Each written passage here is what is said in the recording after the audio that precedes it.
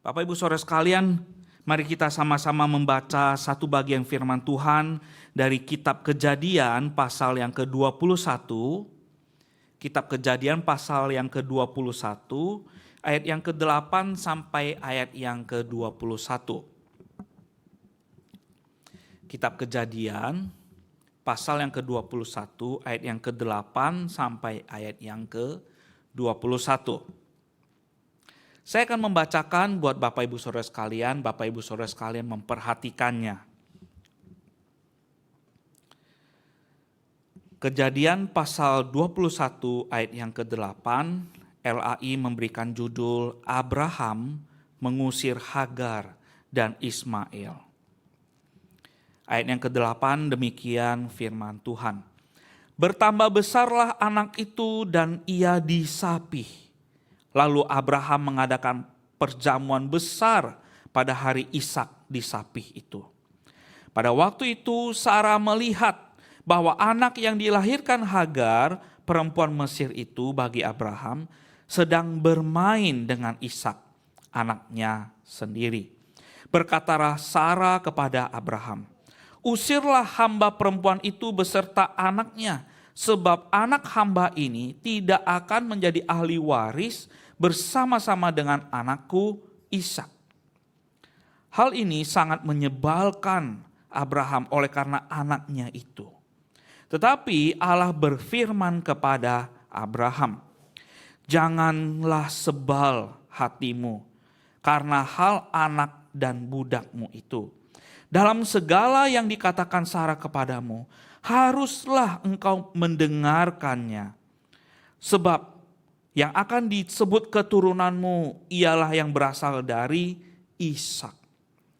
Tetapi keturunan dari hambamu itu juga akan kubuat menjadi suatu bangsa, karena ia pun anakmu. Keesokan harinya pagi-pagi Abraham mengambil roti serta sekirbat air dan memberikannya kepada Hagar. Ia meletakkan itu beserta anaknya di atas bahu Hagar. Kemudian disuruhnyalah perempuan itu pergi. Maka pergilah Hagar dan mengembara di padang gurun Beersheba. Ketika air yang dikirbat itu habis, dibuangnyalah anak itu ke bawah semak-semak.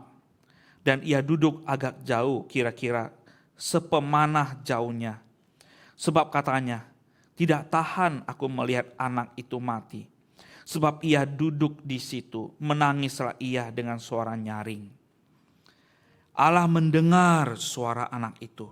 Lalu malaikat Allah berseru dari langit kepada Hagar, katanya kepadanya, apakah yang engkau susahkan Hagar?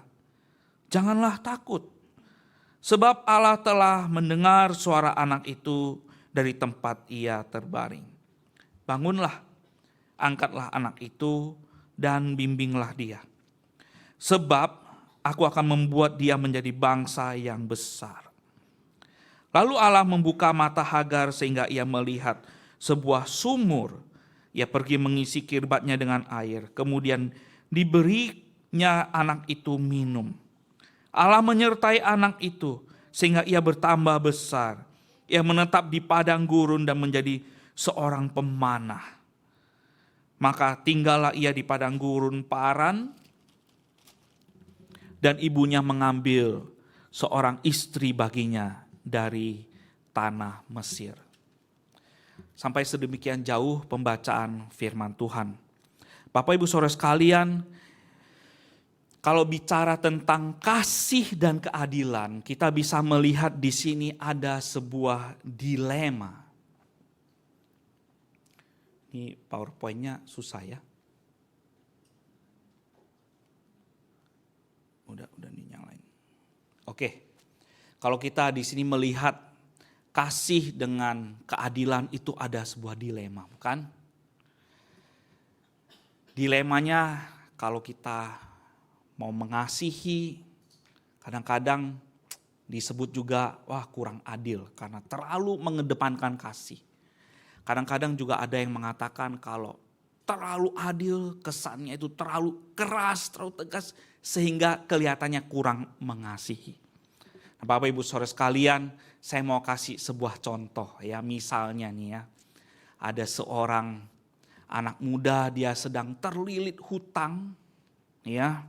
Dia terlilit hutang yang banyak ya, 50 juta dia terlilit hutang ya.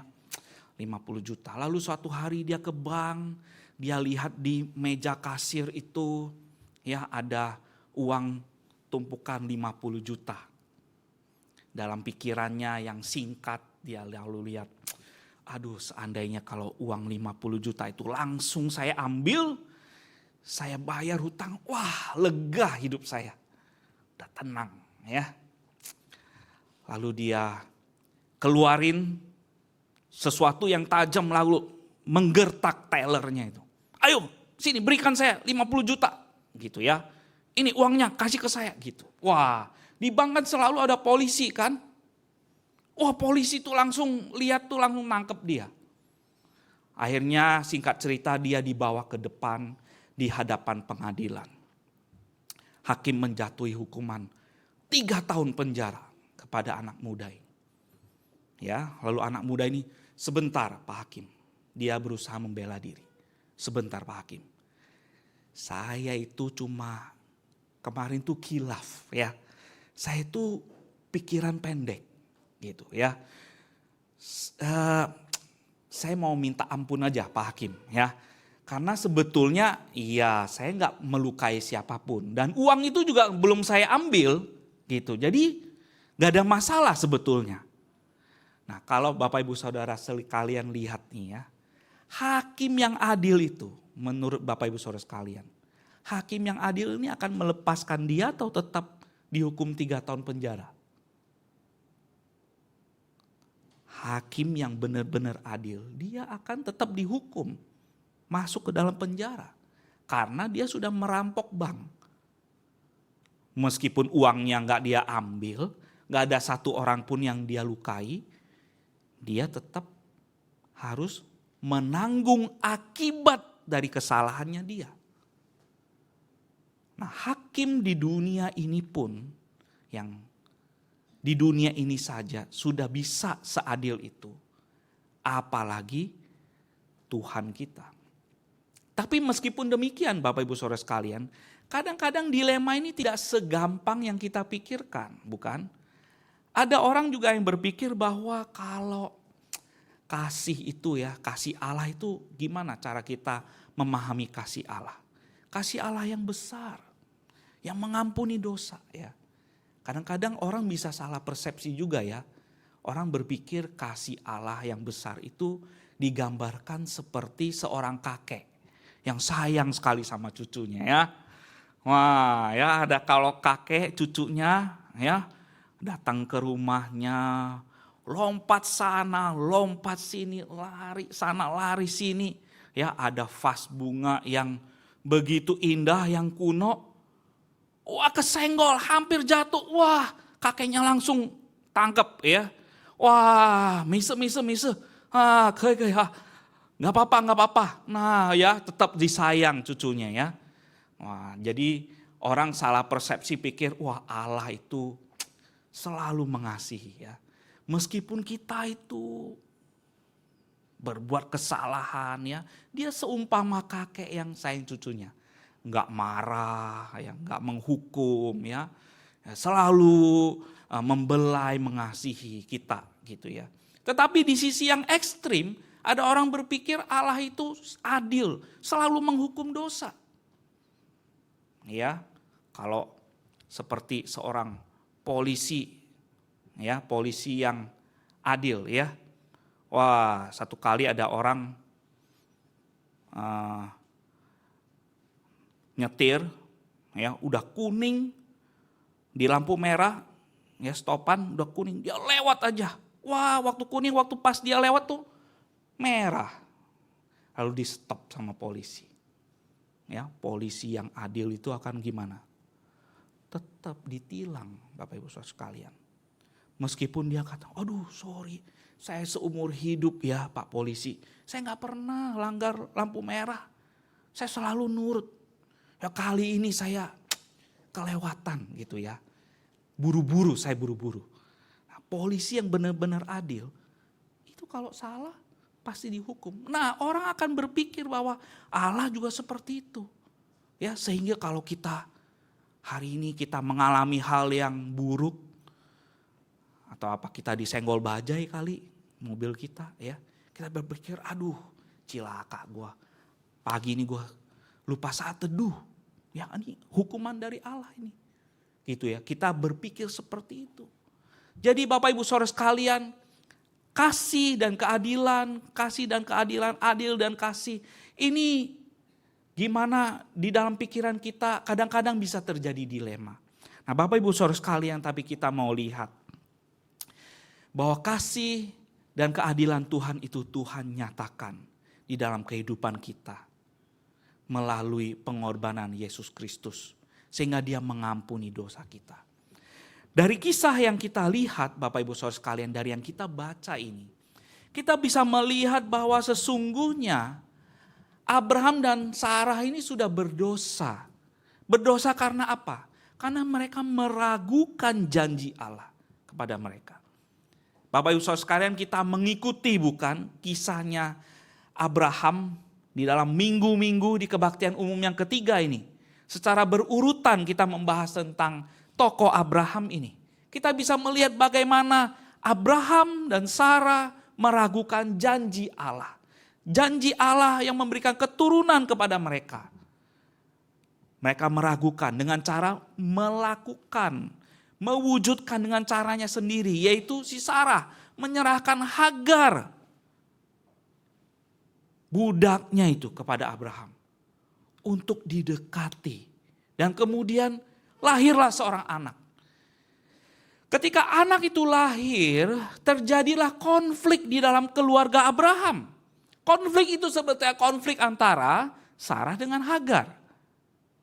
Betul ya, waktu itu setelah Hagar punya anak, kemudian Hagar seperti merendahkan Sarah. Nah, konflik itu ternyata juga diteruskan di kisah yang kita baca ini. Sekarang konflik itu menurun jadi konflik antara Ishak dengan Ismail. Dan kalau di akhir kisah yang kita baca ini, Abraham kemudian mengusir Hagar dan Ismail. Bapak Ibu Saudara sekalian, saya ingin mengutip sebuah quotes dari J.A. Adams, seorang pakar biblical counseling. Saya menerjemahkan dengan bahasa yang lebih mudah kita mengerti. Katanya J.A. Adams, dosa itu memperumit masalah kehidupan. Tetapi anugerah kasih Allah membuat kehidupan menjadi lebih sederhana. Dosa membuat kehidupan kita semakin rumit. Tetapi anugerah Allah membuat hidup kita lebih sederhana, lebih mudah. Bapak Ibu Saudara sekalian, mengapa penting di bagian yang kita baca tadi tentang pesta penyapihan anak? Ya, Bapak Ibu Saudara sekalian, dalam tradisi Yahudi, Bapak Ibu, kalau kita bisa lihat di Deuterokanonika juga ada ditulis ya di Makabe. Di sana juga dikatakan bahwa penyapihan anak itu adalah ketika seorang anak yang sudah selamat dari tahapan bayi yang rapuh, itu mulai mendapat makanan padat, yaitu dia berhenti menyusui dari ibunya, itu biasanya sekitar 1,5 tahun sampai 2 tahun. Ya, anak tersebut mencapai tahapan kehidupan yang baru dan kemungkinan memiliki kesehatan yang lebih baik. Nah, Bapak Ibu Saudara sekalian, itu tahapan kehidupan yang penting pada waktu itu. Mengapa itu penting? Karena pada masa itu anak bayi itu tidak banyak yang bisa survive sampai dewasa. Kita tahu perkembangan teknologi medis waktu itu belum maju seperti sekarang. Jadi angka keselamatan bayi ya dari lahir sampai dia lepas dari susu ibunya itu pun ada banyak mengalami bayi yang mati. Jadi kalau ada seorang bayi yang bisa melewati tahapan itu dan mulai makan makanan yang padat, pada masa itu adalah dianggap dia sudah mulai bisa dewasa, bisa hidup lebih lama lagi. Ini hal yang besar buat budaya Yahudi pada waktu itu, budaya Israel. Sehingga Abraham merayakannya. Ini pesta yang penting buat Abraham. Tetapi pada pesta itu, pada masa itu, si Sarah melihat Ismail, bukan kalau di sini diterjemahkan ini bermain ya. Kalau kita lihat di ayat yang ke-9 ya, si Ismail sedang bermain dengan Ishak. Ya, kalau di terjemahan yang lain kita bisa temukan bahwa sebetulnya Ismail itu, kalau kita lihat juga dengan bahasa aslinya, Ismail itu sedang mengejek Ishak. Mengolok-ngolok, menghina, merendahkan Ishak. Nah, kata yang sama juga dipakai di Alkitab ketika mencatat tentang peristiwa bagaimana Hagar mengolok-olok Sarah karena Sarah mandul.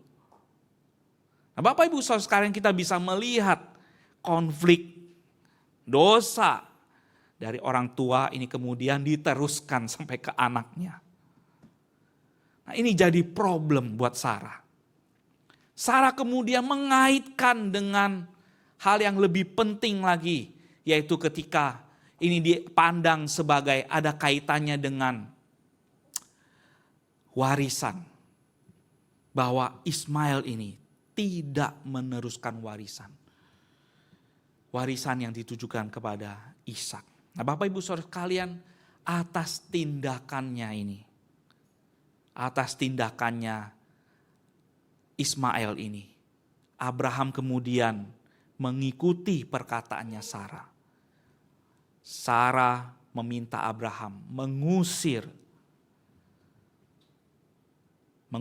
Hagar dan Ismail. Bapak Ibu Saudara sekalian, sebetulnya hatinya Abraham itu ada rasa sayang dengan Ismail.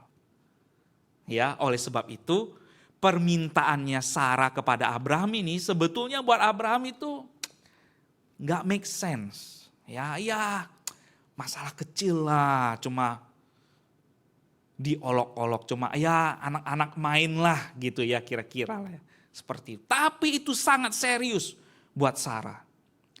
Dan ini peristiwa ini membuat Abraham sebetulnya kesal hatinya. Abraham tuh kecewa.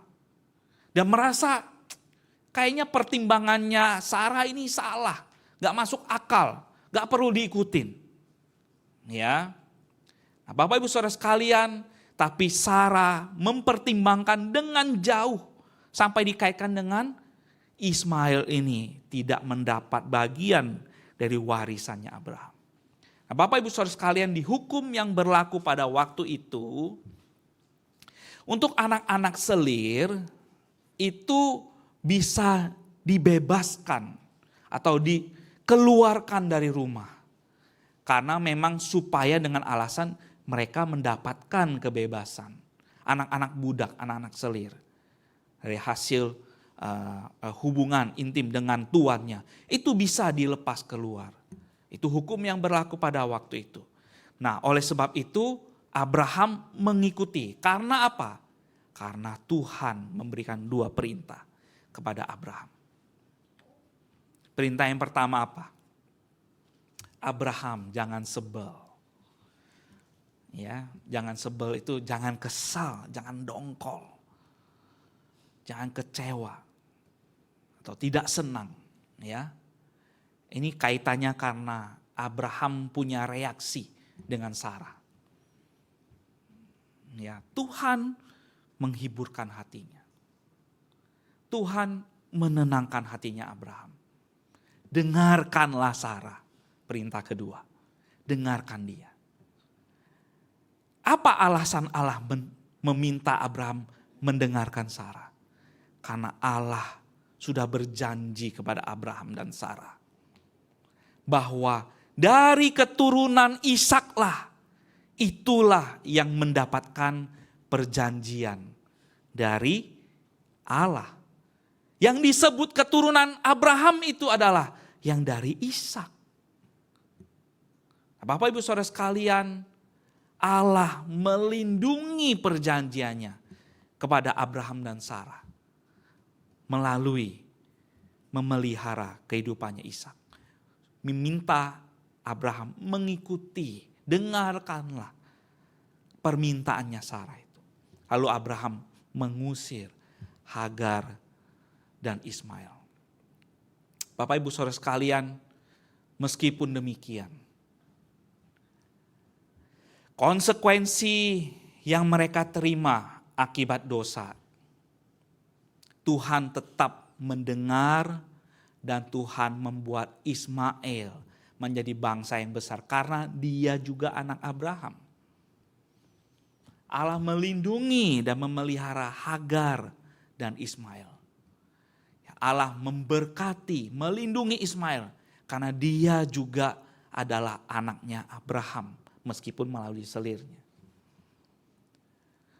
Dia tetap diusir, dia tetap mengalami penderitaan akibat dosanya.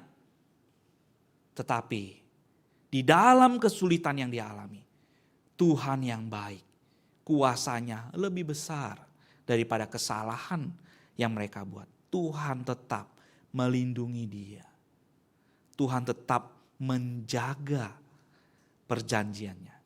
Tuhan berbicara kepada Hagar. Tuhan menghibur Hagar. Apakah kamu sedang susah? Ya, lalu Tuhan memberikan kekuatan. Jangan takut. Bangunlah, angkatlah anak itu, bimbinglah dia. Dan Tuhan membuat Ismail jadi bangsa yang besar juga. Sekali lagi meskipun Ismail tidak mendapat bagian di dalam warisan perjanjian dengan Allah. Nah, Bapak Ibu Saudara sekalian, kalau kita melihat bagian ini,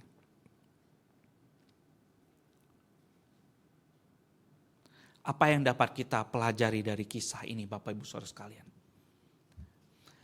Allah mengampuni dosanya Abraham dan Sarah, juga dosanya Hagar dan Ismail. Janji Tuhan tidak bisa dibatalkan karena pelanggaran dosa-dosa yang kita lakukan. Ketika kita ada bersama dengan Tuhan, ketika kita mau datang berbalik kepada Tuhan, Dia Allah yang setia. Dia Allah yang memegang janjinya. Keadilan Allah memang ada konsekuensi atas dosa. Ya, ada konsekuensi atas dosa. Karena Sarah tidak mau mengikuti jalannya Tuhan, dia mengalami penderitaan yang diakibatkan oleh Hagar dan Ismail. Abraham mengikuti Sarah, tidak mengikuti apa katanya Tuhan, dia mengalami penderitaan. Hatinya kesal. Tetapi Tuhan yang setia, Tuhan tetap memegang janjinya. Hagar dan Ismail yang berdosa, mereka juga mengalami konsekuensi atas dosa. Mereka akhirnya harus hidup di padang gurun, mengalami penderitaan dan kesulitan. Meskipun demikian, Tuhan yang setia tetap memelihara mereka di dalam kesulitan yang mereka hadapi. Tuhan menjaga, melindungi. Konsekuensi atas dosa tetap dialami karena Allah adil. Tetapi Allah yang kasih, ada Allah yang pengampun, Dia memelihara kehidupan orang-orang yang ada di dalam perjanjiannya. Dia memimpin mereka di tengah-tengah kesulitan dan penderitaan ketika mereka harus mengalami konsekuensi atas dosa. Nah, Bapak Ibu Saudara sekalian, kuasa pengampunan Allah jauh lebih besar daripada kuasa dosa. Kuasa pengampunan Allah jauh lebih besar daripada kuasa dosa. Bapak Ibu Saudara sekalian, marilah kita jangan mengabaikan belas kasihan Allah dengan tetap hidup di dalam kepahitan akibat dosa. Bapak Ibu Saudara sekalian, kalau ada dosa yang sekarang sedang membelenggu hidup kita, membuat kita hidup di dalam kesulitan, penderitaan karena akibat dari dosa itu. Mari kita datang kepada Tuhan. Kita terima belas kasihan Tuhan. Kita tinggalkan dosa. Datang kepada Tuhan. Mengabaikan belas kasihan Tuhan hanya memperburuk keadaan kita saja, Bapak Ibu Saudara sekalian. Dan akhirnya kita tidak mengalami berkat perlindungan Allah. Jangan abaikan belas kasihan dari Tuhan. Mari kita datang kepada Tuhan. Untuk menutup bagian ini, saya ingin menceritakan sebuah kisah. Konon ada seorang jenderal namanya Jenderal Samila. Pada waktu itu Rusia sedang mengalami revolusi. Ya, Kaisar Tsar itu adalah kaisar yang tiran, keras. Dia memeras masyarakatnya, rakyatnya itu dengan pajak yang tinggi, dengan kerja keras. Mereka semua diperas, kehidupannya sangat sulit, miskin. Karena keadaan seperti itu, lalu kemudian Jenderal Samila dan orang-orang yang di dalam kelompoknya itu mengadakan sebuah pemberontakan. Dan mereka perang dengan Kaisar Tsar. Nah, dalam keadaan perang seperti itu, Bapak Ibu Saudara sekalian, suatu malam terjadi pencurian makanan di gudang stok. Ya, ada seorang kapten kemudian datang kepada jenderalnya dan mengatakan, "Jenderal, makanan kita itu dicuri." Wah, itu masalah Bapak Ibu Saudara sekalian. Di dalam keadaan perang seperti itu, kalau makanan kekurangan, maka itu bisa menentukan perang menang apa kalah. Ya. Lalu jenderalnya dengan kesal, marah dia katakan, "Umumkan, kumpulkan semua tentara. Kumpulkan di lapangan dan umumkan. Siapa yang mencuri makanan, dia akan dihukum 50 kali cambuk." Wah, Bapak Ibu Saudara sekalian, yang cambuk bukan enci-enci ya. Yang cambuk ini algojo. Jadi kalau 50 cambukan itu bisa antara hidup dan mati. Itu hukuman yang sangat keras Bapak Ibu Saudara sekalian. Ya, 50 kali cambukan. Lalu keadaan tenang, aman selama 2 minggu aja. Enggak ada kasus Bapak Ibu Saudara sekalian. Tetapi satu malam kapten itu datang lagi dan mengatakan, "Pak Jenderal, gudang kita dibobol lagi. Tapi kali ini kita ketangkap siapa yang curi makanan." Wah, jenderalnya marah. "Kumpulkan semua tentara, bawa dia, ikat di tiang di tengah." Ya, ini mau dihukum ya, biar semua lihat, biar semua jerak. Lalu ditangkap orangnya, taruh di tengah tiang. Si jenderal keluar dari tendanya. Dari jauh dia lihat seperti, ini seperti saya kenal ini. Semakin dekat, semakin dekat. Wah, dia mulai gelisah hatinya. Wah, di satu sisi tentara ini, ya, tentara-tentara dan rakyat yang mengikuti Jenderal Samila mengatakan, "Wah, kita lihat nih si jenderal ini ya, dia mau hukum atau enggak ini orang yang ketangkap." Karena semakin dekat jenderalnya datang melihat, ternyata yang diikat di tiang itu adalah mamanya. Mamanya yang sudah tua. Bapak Ibu Saudara sekalian, ini ada kelompok orang yang mau melihat apakah Jenderal Samila ini cukup adil enggak dia. Apa yang dia omongin ini dia lakukan enggak. Itu tuh mamanya sekarang yang harus dihukum. Bagaimana dia? Tapi ada sekelompok lagi yang lain mengatakan, kita nggak mau dipimpin oleh pemimpin yang mamanya sendiri aja dicambuk. Ya, mana nggak ada liangsi, nggak ada kasih ya. Nggak ada hatinya itu nggak lembut. Masa mama sendiri dihukum? Oh jadi ini dilema Bapak Ibu Saudara sekalian. Jenderal Samila ada di tengah-tengah. Dia ada dalam dilema ini. Dia mendekat kepada mamanya. Dia katakan, mama, aku mengasihi engkau. Tetapi kesalahan tetap harus dihukum. Bagaimana caranya Bapak Ibu Saudara sekalian? Dia buka jubahnya, ya. Lalu algojo memukul dirinya sendiri. Memukul si Jenderal Samila 50 kali cambukan. Bapak Ibu Saudara sekalian, kasih Allah dinyatakan di salib untuk engkau dan saya. Harusnya kita yang dihukum. Tapi Allah yang penuh kasih. Allah mengasihi kita, Dia menanggung hukuman kita. Dengan demikian Allah tetap kasih dan Allah kita tetap adil. Dia Allah yang mengasihi kita, mengampuni dosa-dosa kita. Mari kita datang kepada Tuhan.